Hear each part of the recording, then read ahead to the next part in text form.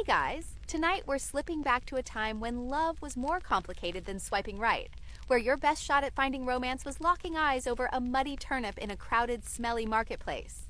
The year is somewhere around 1280. The air smells like wet wool in freshly dumped chamber pots. And your breath smells worse. You're bundled in layers of scratchy linen, your boots are leaking, and your best outfit still has chicken feathers in the hem. But hey, there they are, across the market square. Cheeks slightly red from the cold, arms full of root vegetables, laughing at something their friend said. Your heart does that thing, and now, boom, you're in trouble. You probably won't survive this. So, before you get comfortable, take a moment to like the video and subscribe, but only if you genuinely enjoy what I do here. Drop your location and local time in the comments. I love seeing where in the world everyone's listening from. Now, dim the lights, maybe turn on a fan for that soft background hum, and let's ease into tonight's journey together. You're in the marketplace again. Always the marketplace. Because where else would you go to find someone cute in a town with no theater, no bars, and absolutely no privacy? This is your social network. A muddy street lined with wooden stalls, grumpy vendors, and the relentless smell of onions. You shuffle past a cheese cart and try to casually look toward the fishmonger's stall. She's still there, still has all her teeth, which is impressive. She's wearing that same brown apron from last week, hair braided with a bit of blue ribbon. A hint of personality that, let's be honest, makes your heart do a little somersault. You pretend to examine some cabbages while sneaking another glance. She's talking to someone. A customer? Her brother? A future husband? The anxiety is very now, even if the setting isn't. Dating in the medieval era isn't so much a structured date as it is a sequence of increasingly bold public interactions, always under the gaze of 100 curious eyes and one very suspicious goose. You make your move, or at least you sort of hover nearby. You strike up a conversation with the carrot seller next to her, hoping she'll notice your charming opinions about root vegetables. She does. She glances over. You panic and drop a turnip. It lands with a squelch in the mud. Smooth. But in this world, smooth isn't the goal. Survival is. Romantic gestures are subtle. A glance held too long. A joke that isn't entirely about pigs. A shared smile during a bell toll. Marriage age is early, especially among peasants. Girls might marry as young as 14 or 15, boys a bit later when they can prove they own. Literally anything. A pig, a tool, some land, something, anything. And love? That's optional. You're not exactly looking for a soulmate here. You're looking for someone who smells only slightly like goat, shares your opinion on how much is too much mud, and maybe owns a decent ale pot. Still, there are rules.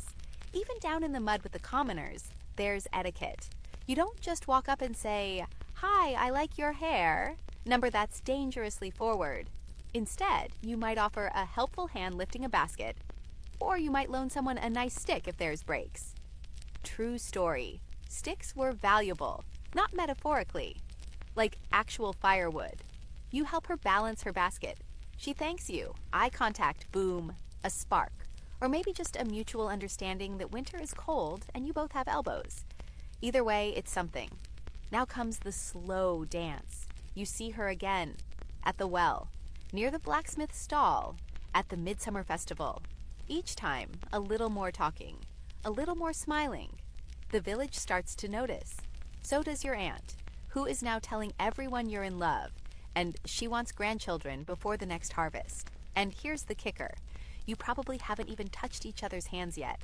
Historians still argue whether medieval peasants were truly romantic in the modern sense, or just practical survivalists making the best of muddy luck. But there's evidence, in songs and folk stories, of laughter, longing, and the universal chaos of crushes. One 13th century poem describes a boy carving a heart into a tree, only to be yelled at by the forester. So yes, the feels were real, but they were also risky. You see, the church has opinions. Lots of opinions. Courtship before marriage? Fine. But no funny business. Touching? Absolutely not. Kissing? That's basically premarital heresy. And if your relationship crosses the line before vows are exchanged, expect a long sermon, and possibly some awkward public penance. Still, people are people, and hormones exist, even in wool tunics. Flirtation finds its way. It wriggles in between lines of a song, in a playful comment at a festival, in the way someone carries 2 mugs of ale and offers you one without asking. You might even exchange small gifts. A woven ribbon, a lucky stone. One brave soul once gifted a boiled egg wrapped in a piece of linen. That's commitment. But you must be careful. Because if a rival suitor, let's call him Ralph, gets jealous, things can escalate fast. Ralph might start showing up wherever you are, at the well, at the tavern, behind a particularly judgmental cow. He glares. You glare back. There are no duels. You're a peasant, not a knight. But there might be a turf war over sheep herding routes. Eventually, if things go well, and Ralph gives up, you find yourself invited to her family's hut for supper. Her mother eyeballs you like a hawk. Her father grunts in your direction. Her siblings are poking each other and whispering about weddings. The pressure is unreal, but the food is warm, and her smile across the fire says more than any love poem ever could. Later that night, walking home by moonlight, you realize something big. You are now expected to propose. Not with a ring, not even with words necessarily. A shared task, a public statement. Asking her father to borrow a plow might be enough. Romance is hard when everyone's watching, but you've made it this far. And as you duck into your cottage, dodging a falling thatch of straw, you smile. Tomorrow you'll bring her a better turnip. You wake up with hay in your hair and the vague memory of promising someone's sister that you'd help butcher a goose this morning. But that can wait, because today, you're not just a mud-streaked peasant with cold feet. Today, you're someone with a potential courtship. And if you're going to impress a girl whose idea of flirting is offering the good corner seat near the fire, you'd better step up your game. Which brings us to the world of courtly love, the elite's bizarre, rule-heavy version of romance that makes your awkward vegetable flirting look like a rave. You're not a noble, let's get that clear. But tonight, you're going to imagine what it would be like to love like a lord. Picture it, you, in a fur-lined tunic, brooding in a castle window, sighing so hard your squire is concerned. Across the great hall sits the lady of your dreams, literally untouchable, frequently married, and always surrounded by 6 layers of family, attendance, and social obligation. Welcome to courtly love, the ultimate test of patience, poetry, and not making a total fool of yourself. Here's the thing. You don't actually date her. You write songs about her, you send secret tokens, maybe a ring, maybe a lock of your hair, maybe a handkerchief you accidentally drop on her horse. And if you're lucky, if fate, fortune, and her father allow, she might smile at you at dinner. This system, bizarre as it seems now, was actually a sort of emotional playground for nobility who couldn't exactly marry for love. Nobles married for alliances, not for butterflies. So this fake love game, where no one touches and everyone suffers, gave them an outlet. It was passion at a polite distance. And the rules? Oh, they were strict. There were actual lists, like the Art of Courtly Love, which reads like a 12th century dating manual for masochists. Some highlights? Love cannot exist between married people. Yes, really. Jealousy makes love stronger. A man must always be slightly miserable. A lover must always obey his lady. Too much happiness? You're doing it wrong. Historians still argue whether courtly love was ever truly real or just literary roleplay. But the poetry survives. Pages and pages of knights professing their longing in painfully overdramatic stanzas. Your eyes, like 2 falcons, one writes. Your braid, the golden rope of my doom. It's the medieval version of texting your crush at 2 a.m. You up? Thinking obture braid. Now imagine you're that lady. You're 15, already betrothed to some duke with gout, and now some dashing knight is carving sonnets into the bark of your orchard trees. You can't text him. You can't meet him. You can't even wink without getting scolded. So you play along with clever metaphors and subtle gestures. You wear the brooch he gave you at the tournament. You choose the red ribbon instead of the blue one. That's a full-on declaration. But it's not all poetry and pining.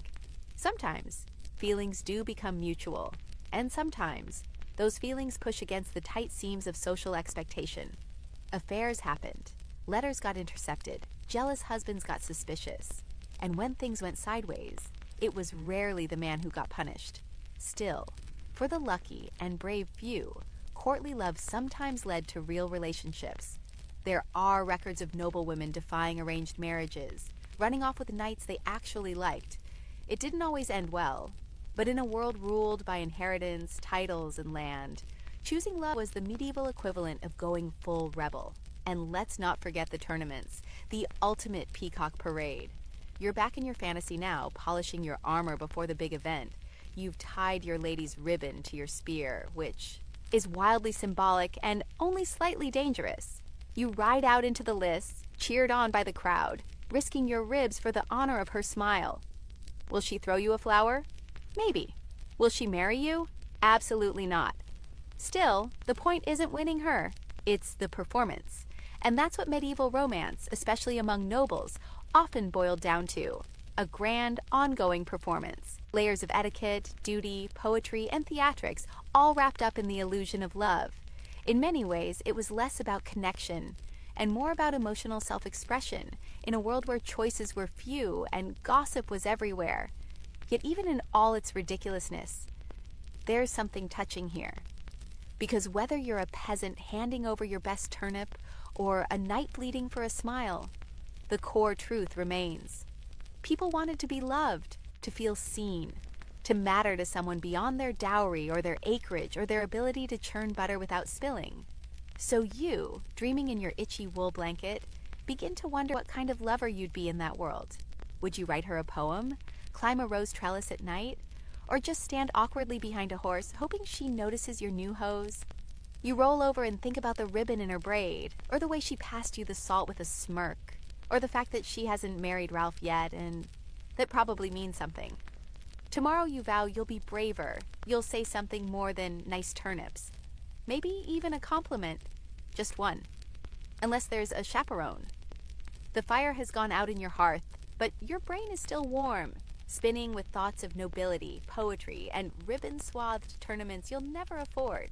But let's get real again. You're not a knight. You don't live in a tower. And the only tournament you're entering is the one where Old Man Tybor throws turnips at rats behind the tavern. So forget the castles. Tonight, you're back where most medieval romances actually happened. The peasant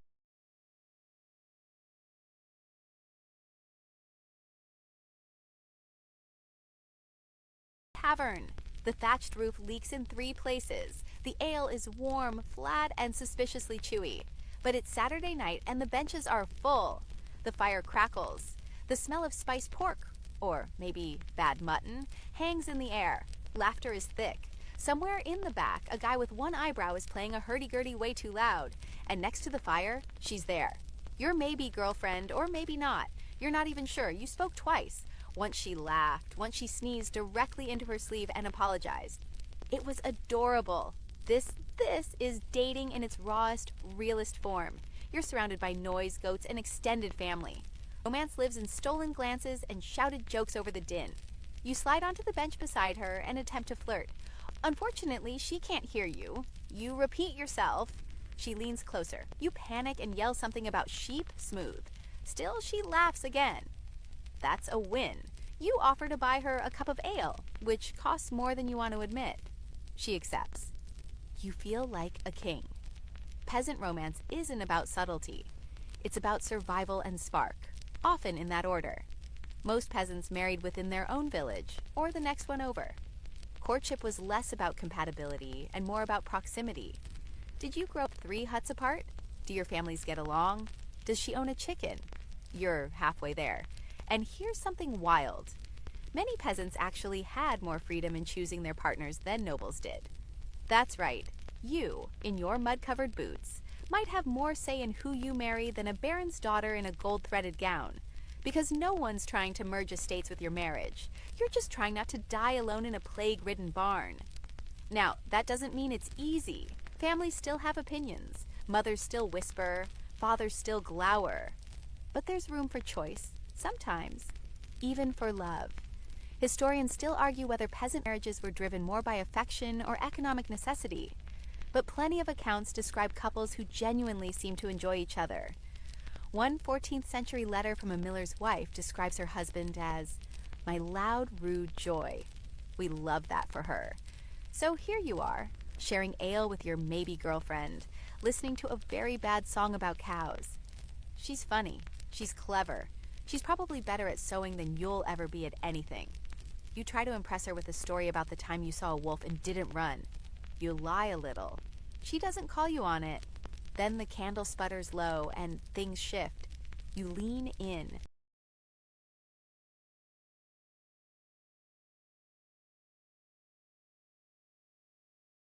She leans back, then forward again. Your knees bump. The air goes quiet, except for one guy vomiting behind a barrel, but emotionally, it's quiet. And then comes the inevitable family interruption. A cousin, a brother, a protective aunt. Someone plops between you and starts talking loudly about pigs. It's not personal, it's cultural. Unchaperoned flirtation? That's how scandal starts, and no one wants to end up before the local priest explaining why you were laughing too hard near someone's daughter. So you wait, you smile, you share a bread crust and let your fingers brush. It's like electricity, but with splinters. Let's zoom out for a second. Taverns in medieval towns and villages were more than drinking holes. They were social hubs. Deals were made here. News was shared. Songs were invented. And yes, flirting happened. Carefully, quietly, with a constant awareness that if you cross the line, everyone will know by morning. Gossip travels faster than the plague, and it's far more survivable, but only slightly less brutal. Still, the tavern offered a rare chance at semi-private connection, a break from work, a moment to feel human, to feel seen. Even if you spent the rest of the week knee-deep in pig slop, you finish your ale. She finishes hers. You stand, stretch, and awkwardly gesture toward the door. She nods. You walk her home, which is 4 doors down. No hand-holding. No. Just the shared rhythm of footsteps and night air. At her gate, you pause. Say something. Anything. You blurt, "Your braid is symmetrical." Then flee into the dark. She laughs. You'll survive this. Probably. It's early morning now. Cold seeps in through the cracks in your shutters, and you wake to the sound of a rooster with no concept of time management.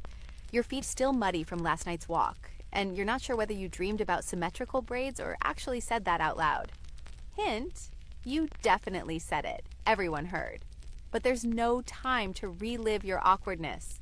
Today is a church festival, and that means dressing up, acting innocent, and trying very hard not to fall in love during the offertory hymn.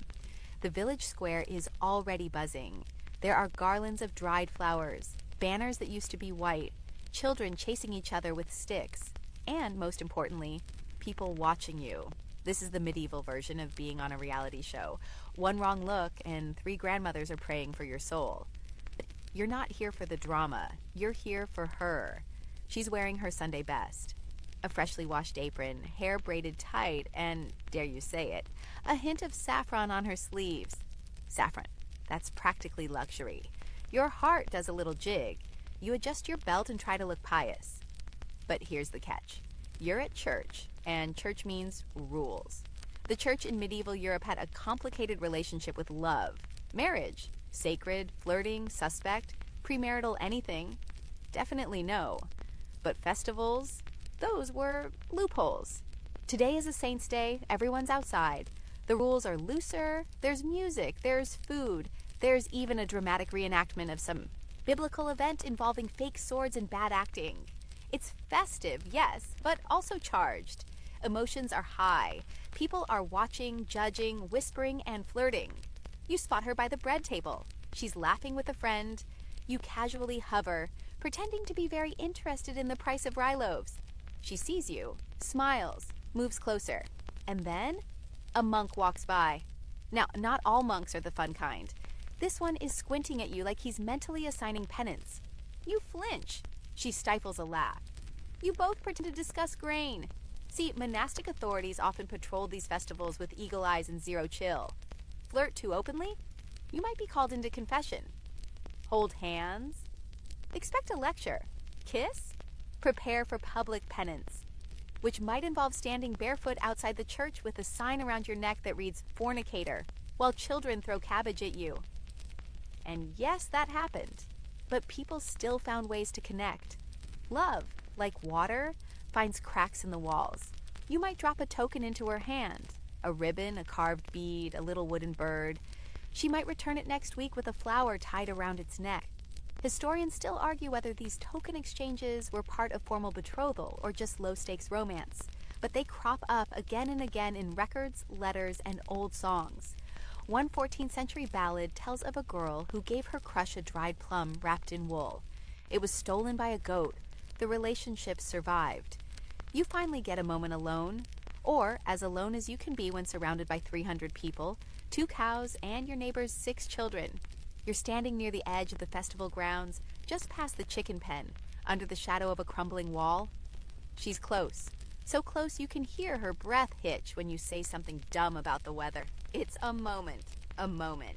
You lean in, just slightly. And then, "Brother Thomas," someone shouts. "They're reenacting the martyrdom early." You jump like you've been shot with a crossbow. She hides a smile behind her sleeve. The spell breaks, and you walk back to the crowd, where a red-faced blacksmith is dramatically pretending to die while children poke him with sticks. Romance, interrupted by saints and sweaty theatrics. But the day's not over. As the sun dips low, music starts again. Someone's playing a crumb horn. It sounds like a goose with opinions. People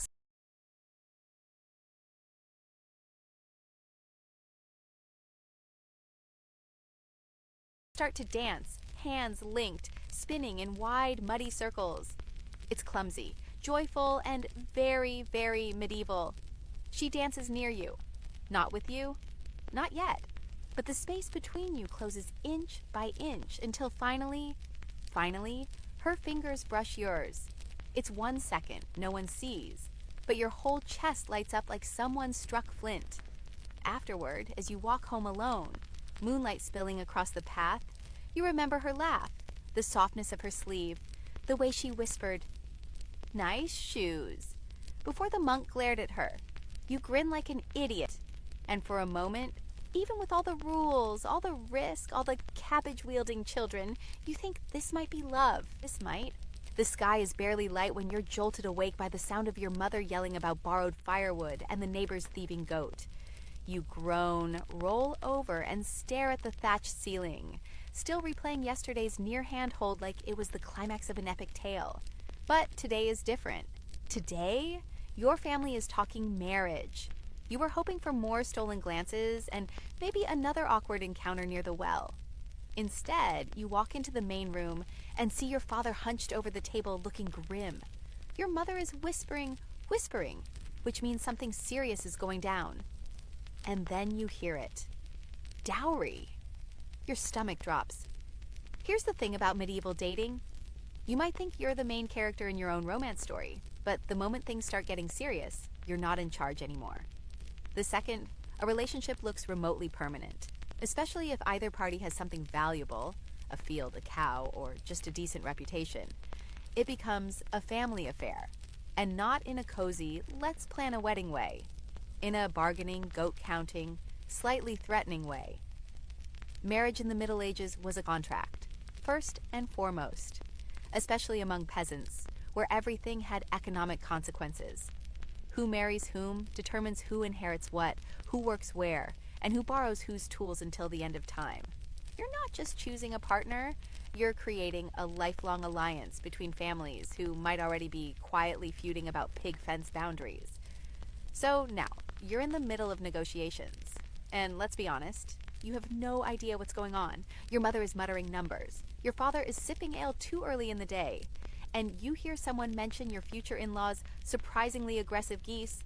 The girl, your girl, is at home, likely doing the same thing, sitting awkwardly as her aunt discusses your family's habits and whether you snore. Historians still argue how much say young people really had in these arrangements. Some records suggest peasant kids had genuine input.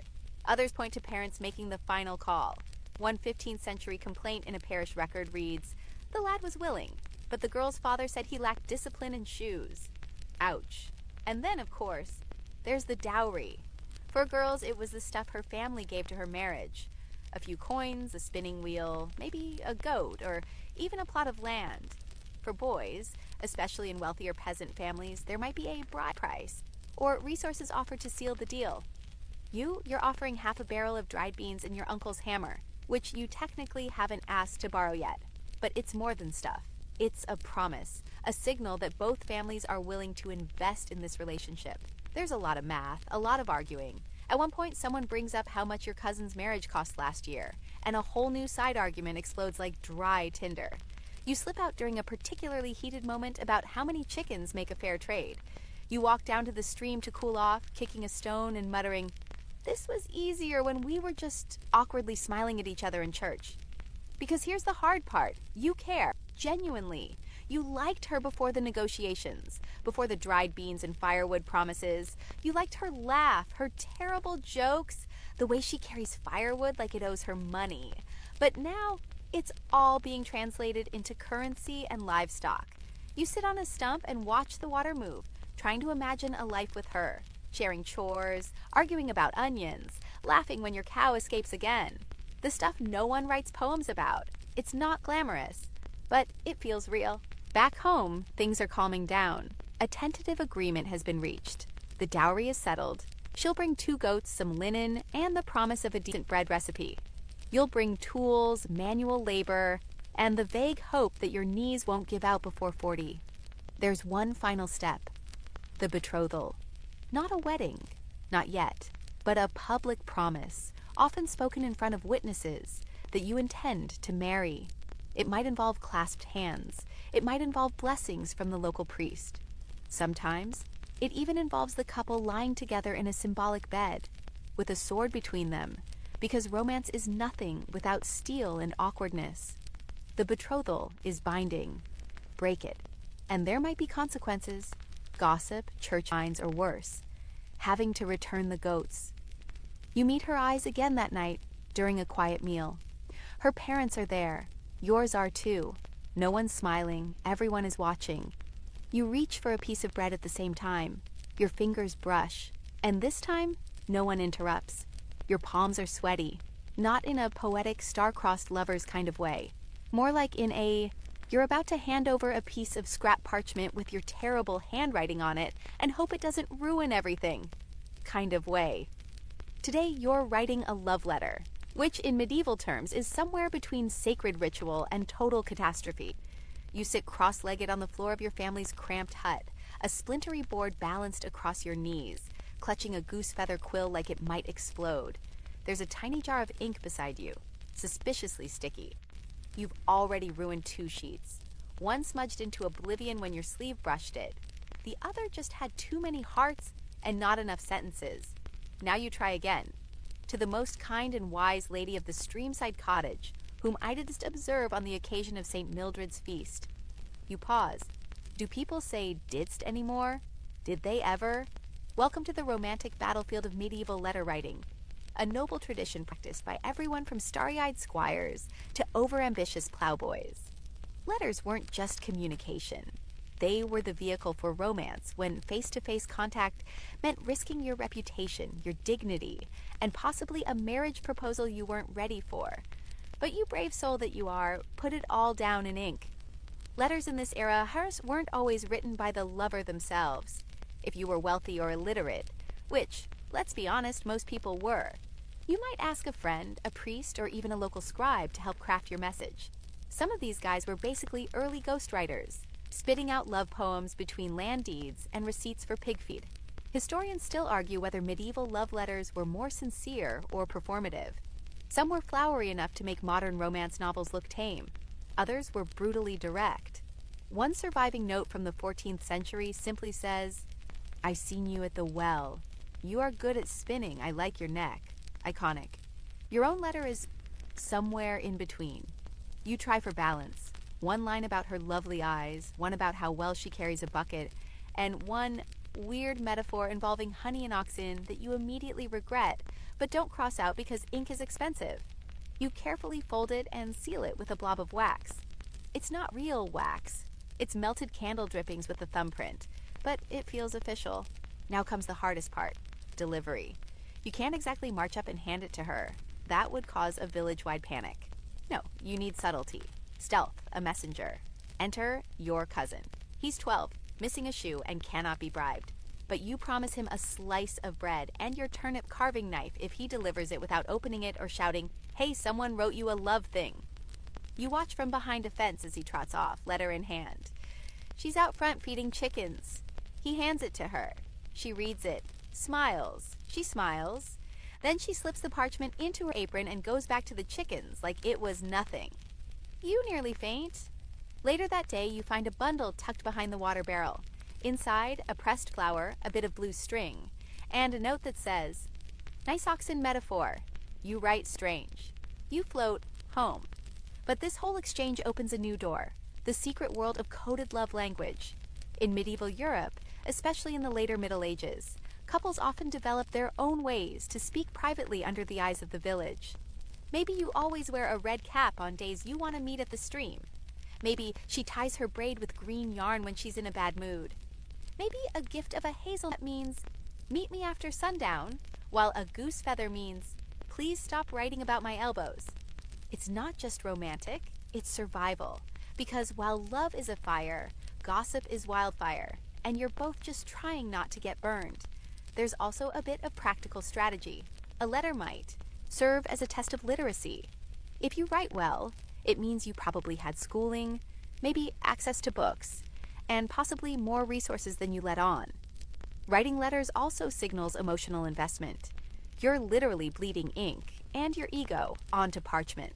That counts. And if you're noble, letters are your only lifeline, especially for long-distance lovers separated by duty, war, or incredibly slow horses.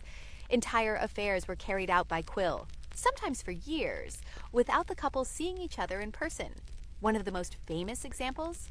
Abelard and Eloise, a scholar and a nun, writing each other for decades through heartbreaking, intellectual, and occasionally very spicy letters. No chickens involved. Back in your world, things are heating up. You've exchanged 3 notes, each one more daring than the last. Your metaphors are slightly better. Her responses are wittier. She called you a funny turnip man once, and you haven't stopped thinking about it since.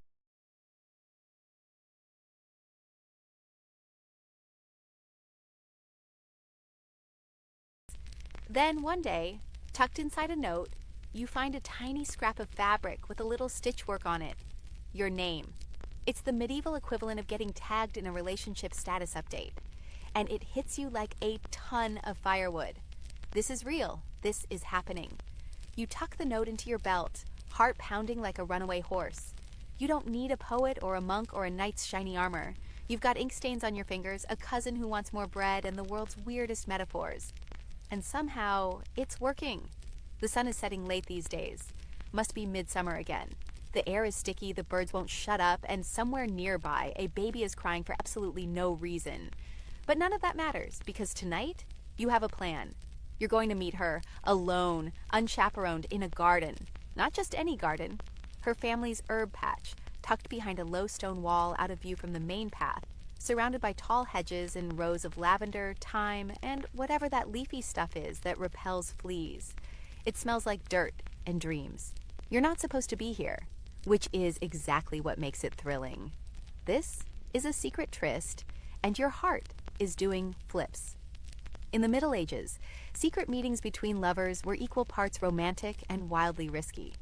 There were no cell phones, no back doors, no "meet me behind the barn at 8" written in chalk. Just vague signals, ribbons on doorposts, coughs at windows, messages sent through goat-herding siblings. You arrive first, which gives you time to panic. Do you lean against the wall? Stand tall and brooding? Pick some basil as a casual offering?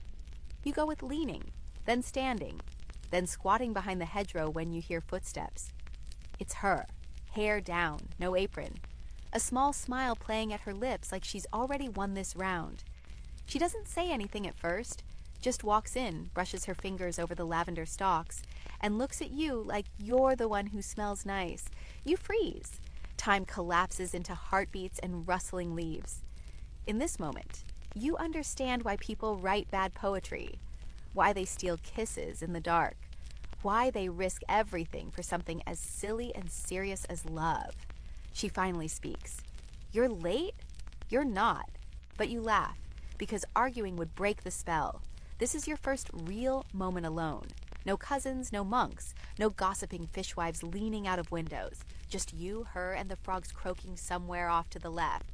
You talk. About nothing mostly. How Brother Anselm tripped on his robes again. How your neighbor's chicken now thinks it's a cat. How the weather might ruin the barley, and how, somehow, this might be the best night of your life anyway.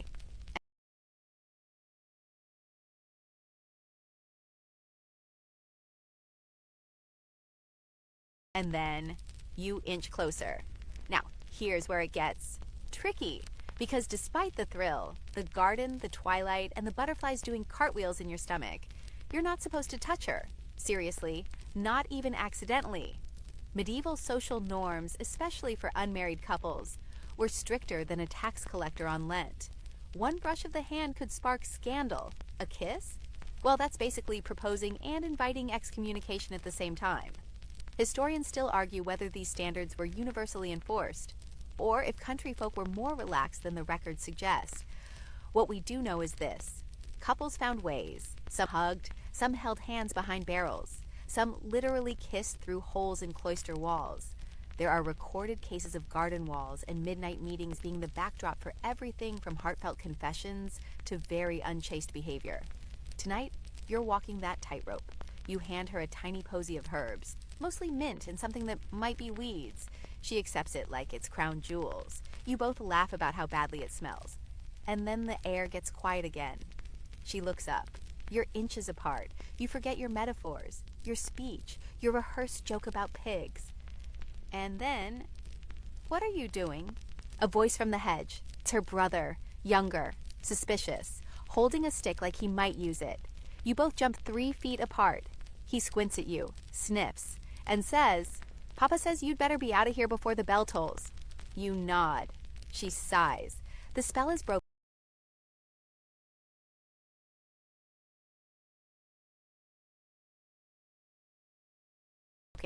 But only slightly. She winks.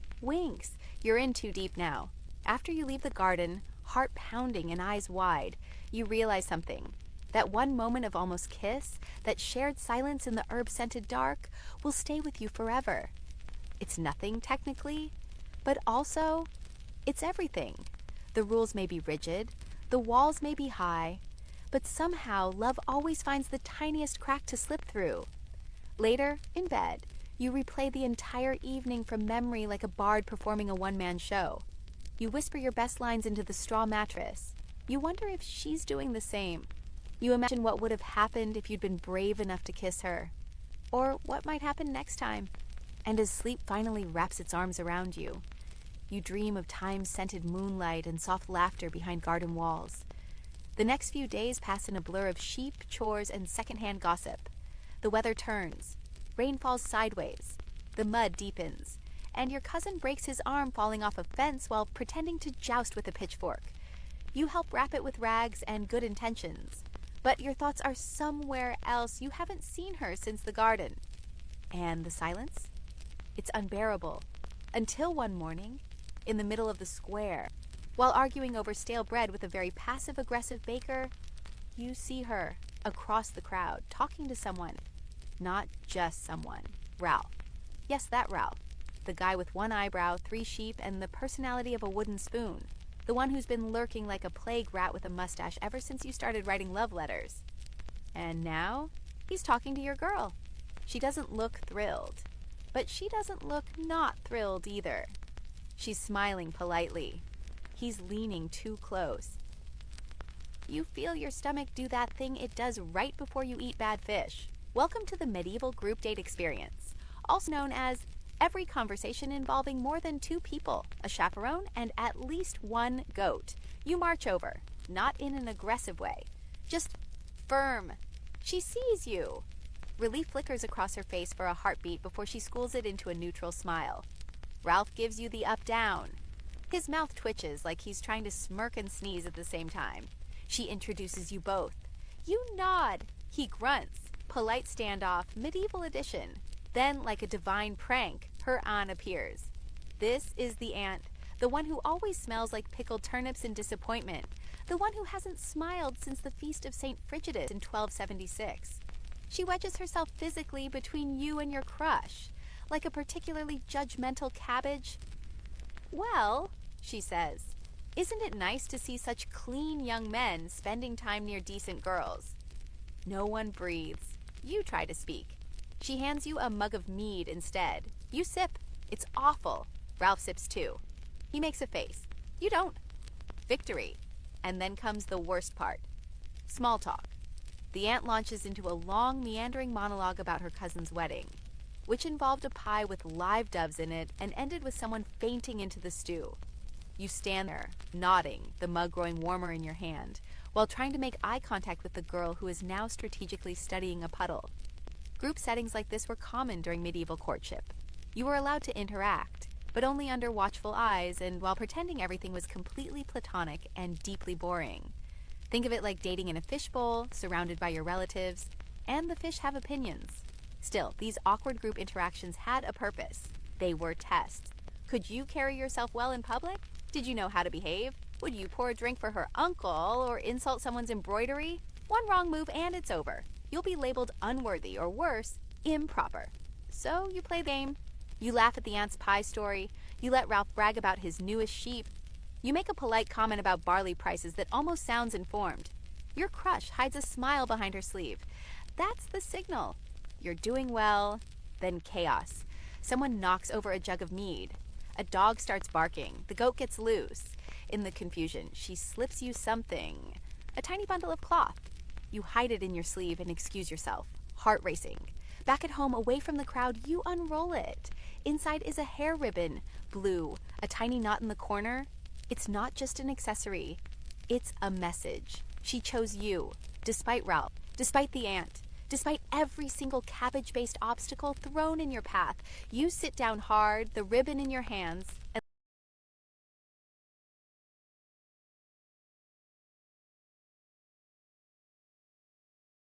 laugh.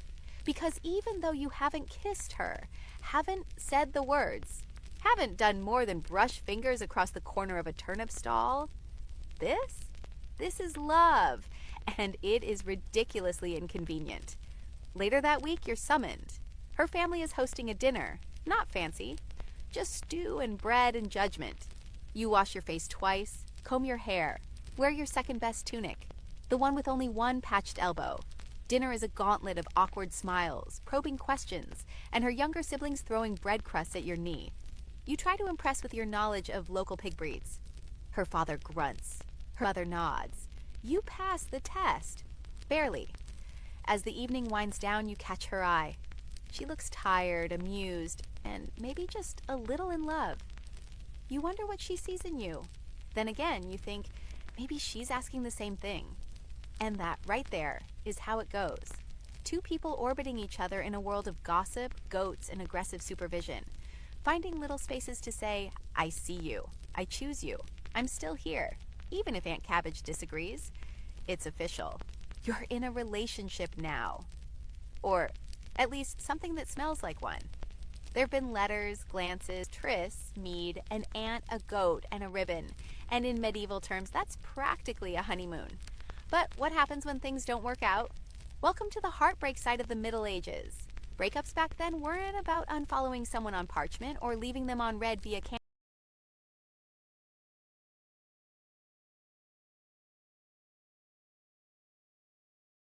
candlelight. No, they were loud, messy, and occasionally cursed. Let's say, for a moment, it doesn't go your way. You show up to the well one morning, and she's not there. Then the next, and the next. Finally, you catch wind that she's been betrothed to someone else.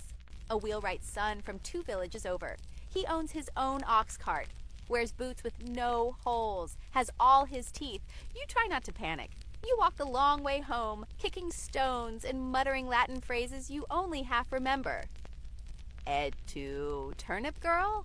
The grief is real. So is the embarrassment. And the loss isn't just personal, it's public. Because medieval relationships are rarely private affairs. Everyone knows, everyone watches, and everyone has opinions. Loud ones. You return the small token she gave you, the ribbon, the carved bead, the weirdly shaped love spoon, and she sends back your notes. Sometimes, other times, she burns them. Or worse, hands them to her cousin who reads them aloud in the tavern while imitating your serious poetry voice. Heartbreak hurts more when there are sheep laughing, and it's not just you. Medieval records are full of romantic disasters. One 15th century English court document tells of a man who sued a woman for breaking their betrothal. She'd accepted his gift of a silver brooch, which apparently counted as a promise. When she later married someone else, he demanded the brooch back, and damages. Historians still argue whether such breakups were about actual emotional betrayal or just broken contracts. The truth? Probably both. Even if you were a peasant, love could still cut deep. And if it didn't, your pride would.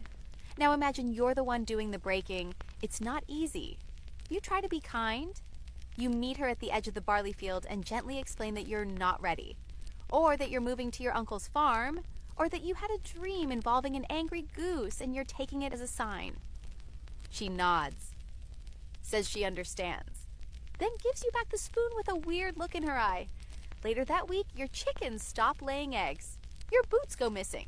Your cousin gets a rash. Someone whispers the word hex. Welcome to the world of cursed trinkets and love gone sour. It's not superstition if everyone believes it. In many rural communities, folk magic and breakups went hand in hand. Maybe you gifted her a ribbon laced with rosemary. Maybe she added a knot to it under a full moon. Now that you've spurned her, that knot could turn your milk sour for 6 months, or make you impotent, or just really unlucky at dice. Of course, none of this is provable. But when your cat runs away the same night you break up with someone, people notice. But heartbreak doesn't always end in spite. Sometimes it just lingers. You catch sight of her at the harvest dance. She's wearing new braids, not yours, laughing at someone else's joke. Your chest tightens. You dance anyway, smile anyway, pretend you're fine, then go home and spend 45 minutes angrily chopping firewood that didn't need chopping. And sometimes, the past comes back, a year later, maybe 2. You're older, tired. One of you's widowed, the other never married. You meet at a festival, say a few words. There's a look, a long one, but nothing happens. Because the moment passed, and in the Middle Ages, missed chances stayed missed. There was no sliding into parchment scrolls after a breakup. No second season romance arc. Life moved on, but heartbreak left its mark. In songs, in letters, in folk rituals. Some would carve the name of a lost lover into wood and float it down a stream. Others buried their gifts beneath crossroads. One common practice? Whispering your ex's name 3 times while turning widdershins, counterclockwise, around a hawthorn tree. Did it work? Probably not, but it helped. Because even when everything's made of mud and your entire emotional life hinges on who loaned who a spoon, love still matters. And loss? Loss teaches you to look closer the next time someone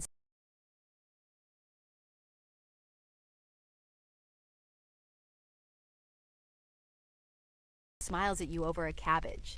So if it does fall apart, if she marries Ralph or runs off with a falconer or joins a convent because of your oxen metaphor, just remember, you were brave enough to care, and you've still got the spoon.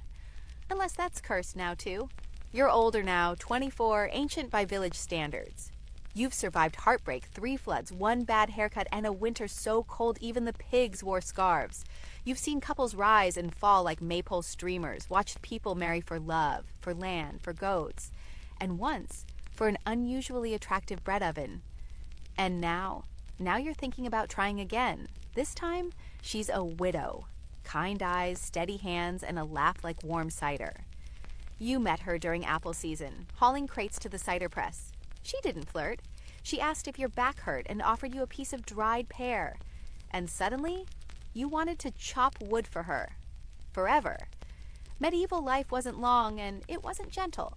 Remarriage was common, especially for women who were often left with land to manage, mouths to feed, and a society that barely tolerated the idea of female independence. But second marriages? Those were often chosen more freely, less about duty, more about companionship.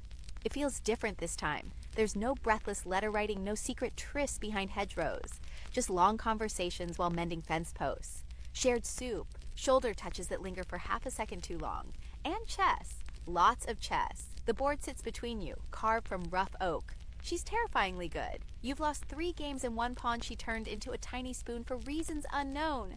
But you keep playing, because it's not really about the game. It's about the safety of being seen, of being wanted. Not as a prize or a partner to make babies with, but as someone worth talking to after supper. Second marriages came with different expectations. You already know what loss feels like, what love isn't. And if you're lucky, you learn to build something gentler. steadier. Historians still argue whether second marriages were more egalitarian. Some say they were more practical, fewer illusions, fewer expectations. Others suggest they were actually more affectionate. With the pressure of lineage and dowry less intense, people could finally breathe, laugh, argue about how much salt goes in the soup without worrying about offending a political alliance. This time, when you sit beside her at the spring festival, no one raises eyebrows. There's no chaperone, no aunt, just two people, older, wiser, surrounded by hay bales and children chasing butterflies. She nudges you with her foot. You pretend not to notice. She pretends you're not pretending. You ask if she wants to go for a walk. She nods. This time, you hold hands. Openly, no one faints. You talk about your past, your first love, the one with the turnip obsession. She talks about her husband, how he died quietly, how she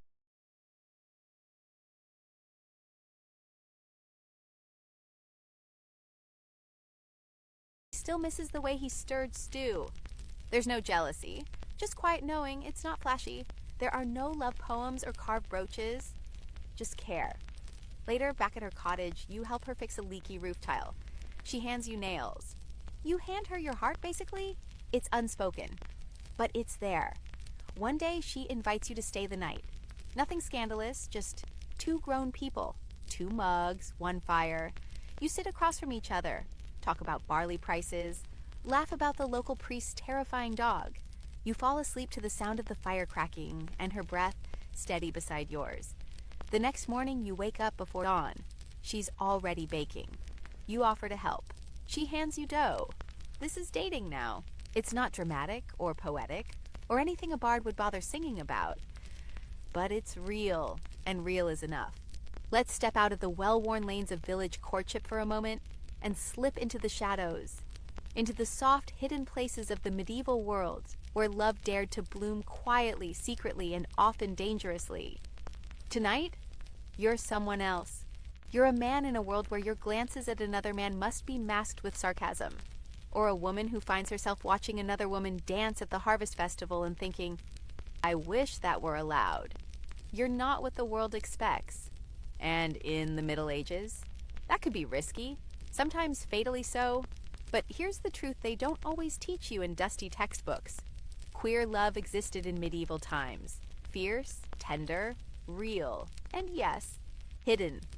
You meet them at the monastery, or at the baker's, or during a feast where the wine flows and the torches burn low, and everyone forgets to look too closely.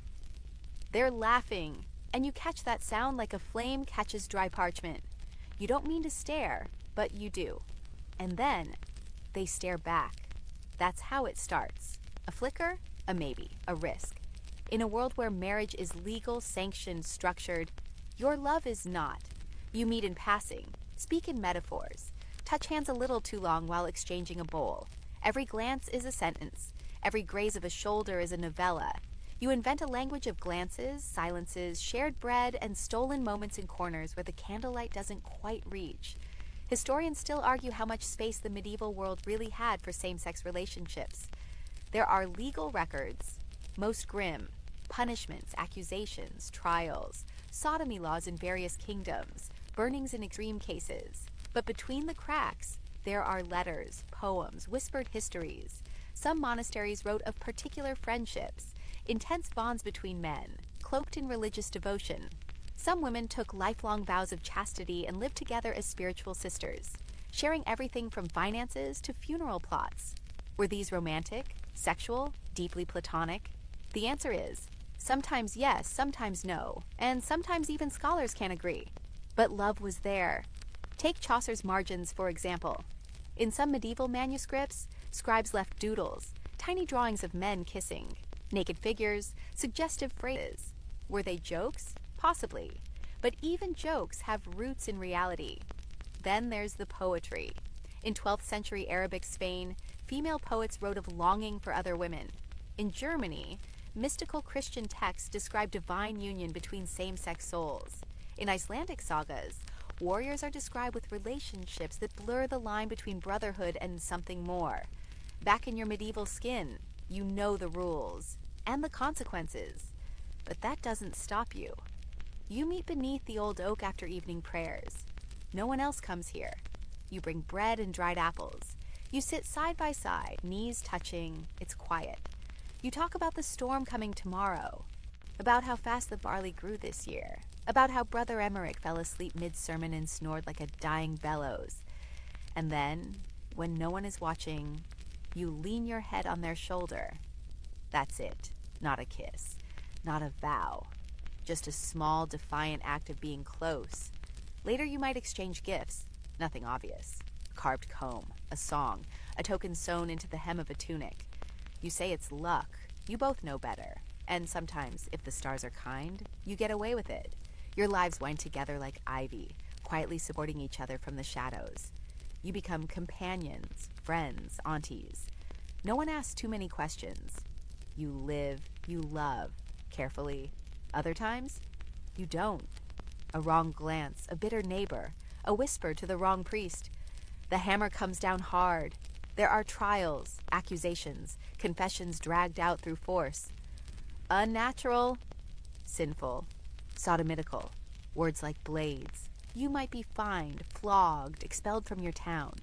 In the worst cases, worse. But even in those stories, the love still mattered. Because to fall for someone outside the bounds of what's allowed, and to choose them anyway, is one of the oldest rebellions in human history. You don't always get a happy ending, but in the quiet space where your hands meet beneath a table, in the letter you tuck into a wall crevice, in the way you whisper their name into the night when no one else is around, that's joy, that's fire, that's love. You dream of sea spray and strange music, of eyes you don't recognize and silk robes embroidered with stars. When you wake, your blanket is twisted, your throat is dry, and your mind is full of long-distance longing. Because your crush just left on a boat. He's a foreign trader, or a crusader, or someone's third cousin from Byzantium with very good cheekbones. Whoever he is, he's gone. And you're stuck here, staring at the horizon like a lovesick sheep. Let's talk about foreign flings in the medieval world. You see, for all its mud and mildew, medieval Europe wasn't as isolated as people think. There were pilgrimages, crusades, trade routes, and political marriages that shuffled people across continents like chess pieces. And sometimes, amidst the religious speeches and the sacks of cinnamon, people met and fell hard. It starts simple. You meet him during a trade fair. He's different, darker skin, strange accent, strange food. You ask what he's selling and he laughs and says, "Saffron," like it's a joke. You ask again. He doesn't answer, but he gives you a sample. You go home that night and put saffron in everything. Stew, porridge, bathwater, just to feel closer. These kinds of encounters were rare, but they weren't unheard of.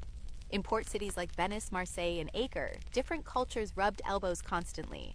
Sailors flirted in taverns, traders swapped more than just silk, and mercenaries from distant lands left a trail of broken hearts in every village between Jerusalem and York.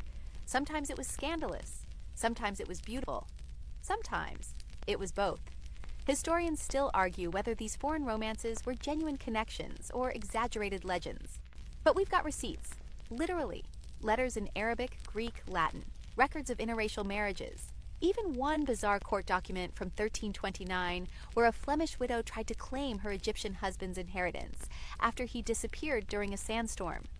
You wait by the shore for days, then weeks. You hear rumors? His ship sank. His caravan was robbed. He joined a holy order and gave up all worldly possessions, including you. You tell yourself you're over it. Then you see someone wearing a robe the same color as his and you nearly fall into a puddle. Long-distance love in medieval times was agony wrapped in parchment. If you were lucky, you got a letter. Months later, carried by 4 different messengers and half-eaten by a goat. The handwriting's a mess. The ink has run, but you clutch it like treasure. It reads, "I am well. The dates are ripe here. I saw someone today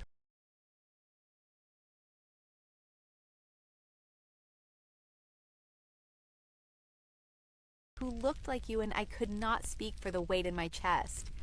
I miss you." You cry. Then you dry your eyes and keep moving.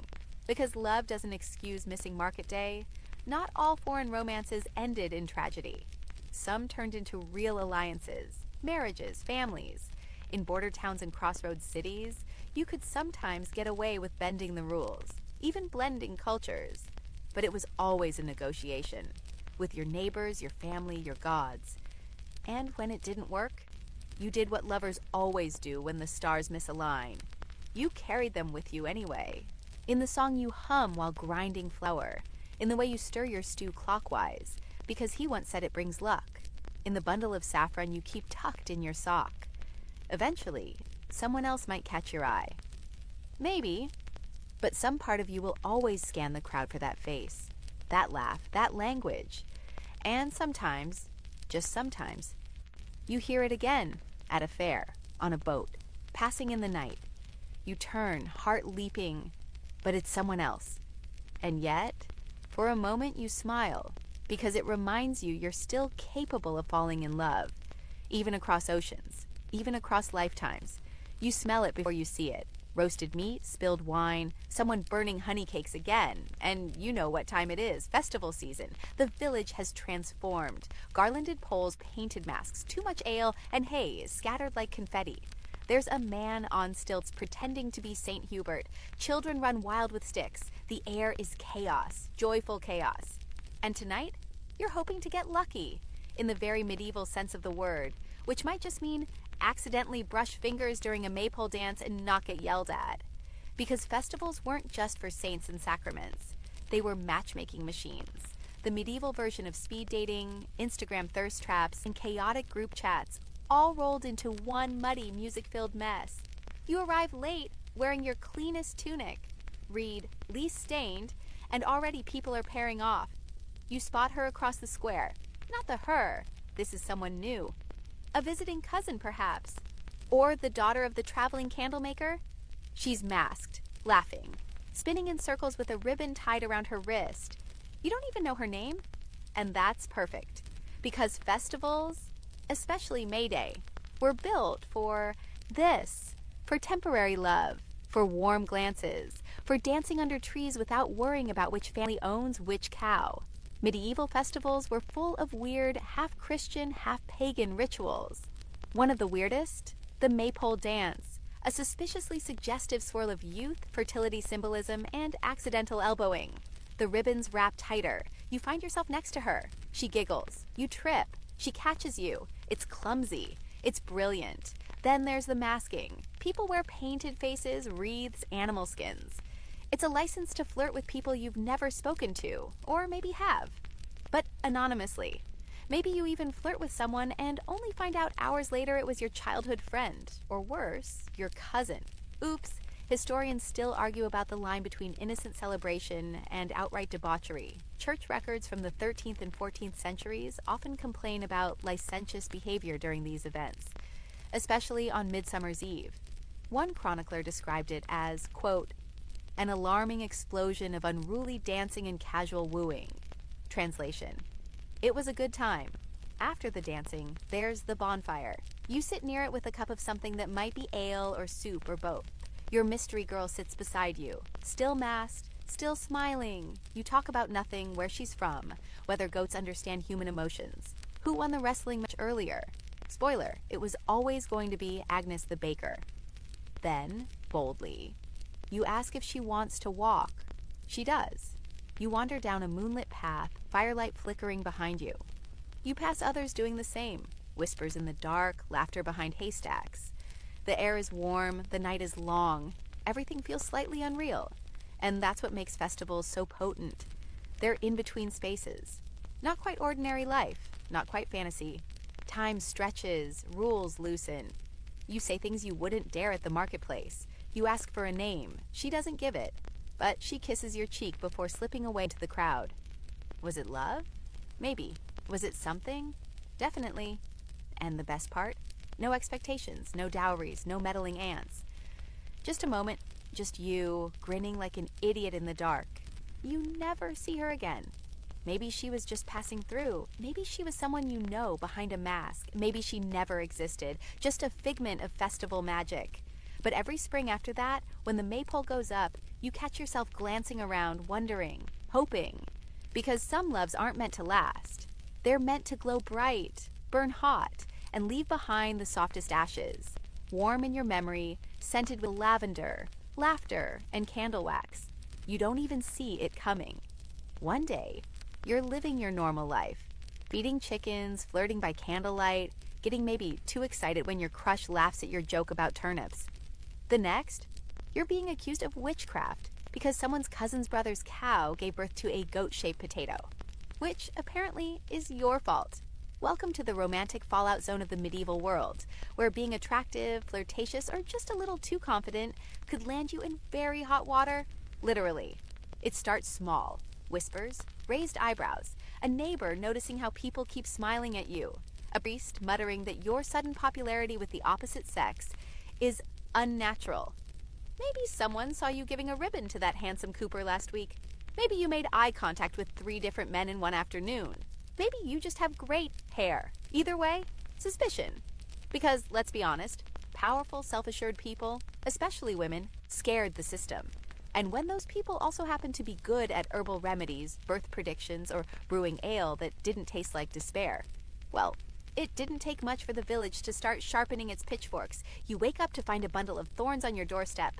A bad sign. Someone accuses you of using love potions. Someone else says their crops died because you looked at them funny. And worst of all, they say your flirtations are enchantments. Historians still argue whether the witch trials were more about religious fervor or just an excuse to control unruly women and nonconforming men. The answer? Both. And romance? Oh, romance made you vulnerable. Being visibly desired or openly desiring was risky business. It drew attention, jealousy, fear, especially in smaller communities where gossip was currency and sin was always someone else's fault. You try to explain that you just smile a lot, that your herbs are mostly for upset stomachs and the occasional itchy rash, that your ribbon collection isn't enchanted, just colorful. But by now, the wheel is turning. Once the accusations start, reason goes out the stained glass window. The local priest calls for questioning. The midwife looks at you sideways. That one guy you rejected last year, suddenly he's saying you hexed his sheep. You're not alone. Others have fallen this way before. The baker's widow who brewed calming tea, the shepherd boy who wrote poems to someone's husband, the old woman with too many cats, all accused, all punished. Sometimes it's a fine, a public confession, a forced apology, and a church penance while wearing a sackcloth tunic. Sometimes it's worse. In one town, a woman was put in the stocks for seducing too many men with pies and eye contact. In another, a man was exiled after being found with romantic poems addressed to another man. Some communities dunked the accused in rivers. If you floated, you were guilty. If you sank, well, you were innocent but dead. Congrats. You managed to defend yourself, barely. The priest lets you off with a warning. You're forced to give up your love letters, burn the ribbon, promise not to smile so much. You walk home in silence. Later that night, she visits you, the one who started all this, not out of cruelty, but fear. She says, I couldn't let them think I loved you. Not like that. They'd take everything. You nod, you understand. The next day, you keep your head down. You go back to work, you stop laughing as loudly, you stop looking people in the eye for too long. But deep down, you still believe love is worth it, even when it hurts, even when it risks everything. Because even in a world terrified of desire, terrified of joy, terrified of difference, it keeps happening. People keep falling for each other, in barns, in alleyways, in church pews, during stormy midsummer nights and awkward harvest feasts. Love survives. Even scandal can't kill it. It might just bury it for a while, like a pressed flower in a book. But you'll find it again, somehow, in a smile across a crowded room, a brush of fingers at the bread stall, a shared glance during the final hymn.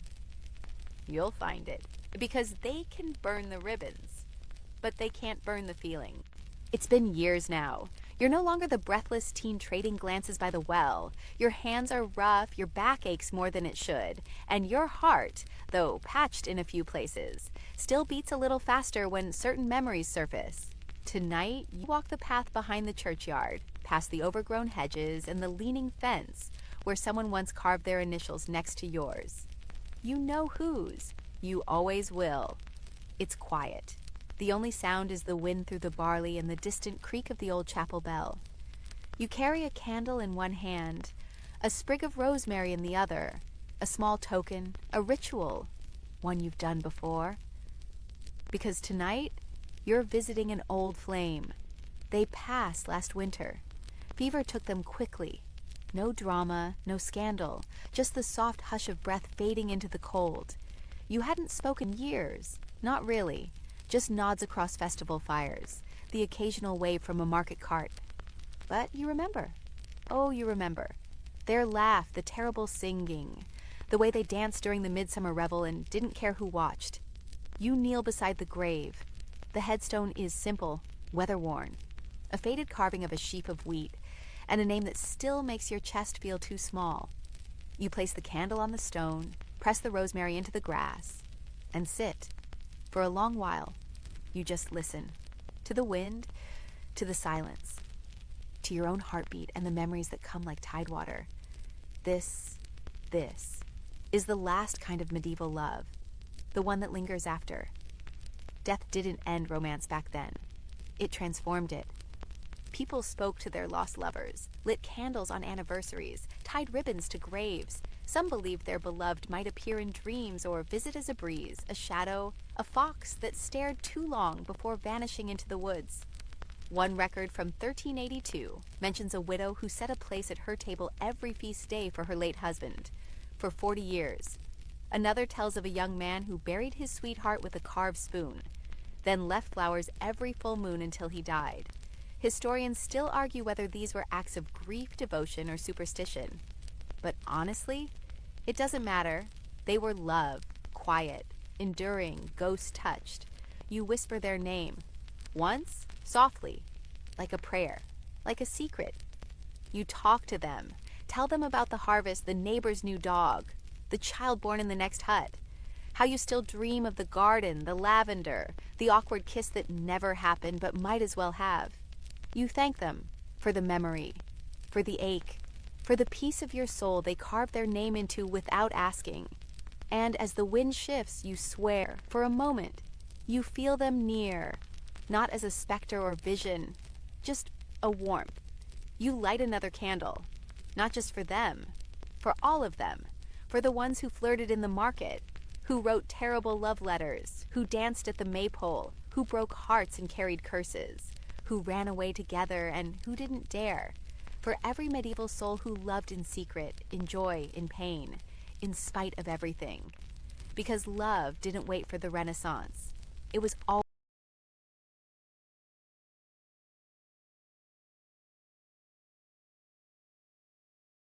always here, in the dirt, the parchment, the prayers.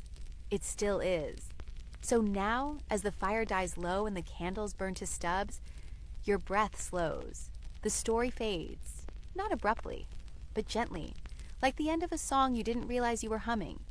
You lie back, letting the straw-stuffed mattress settle around you. Your limbs grow heavy. The weight of centuries lifts like mist in the morning. Close your eyes. You've wandered through muddy markets and moonlit gardens, stood beneath church spires and whispered beside gravestones. You felt the thrill of a shared glance, the burn of rejection, the ache of goodbye. And through it all, one thing has remained constant, the quiet, defiant, beautiful truth that people have always found ways to love, even when they weren't supposed to, even when it was foolish, risky, impossible, and somehow that makes it all the more human. So, wherever you are, whatever your own story looks like, take comfort in knowing you walk a path worn smooth by thousands before you, each of them reaching, fumbling, laughing, hoping, just like you. You can rest now. Let the voices of the past quiet. Let the candlelight flicker low. You've heard their stories. You've lived them tonight. And maybe, just maybe, some part of you was there all along. Good night.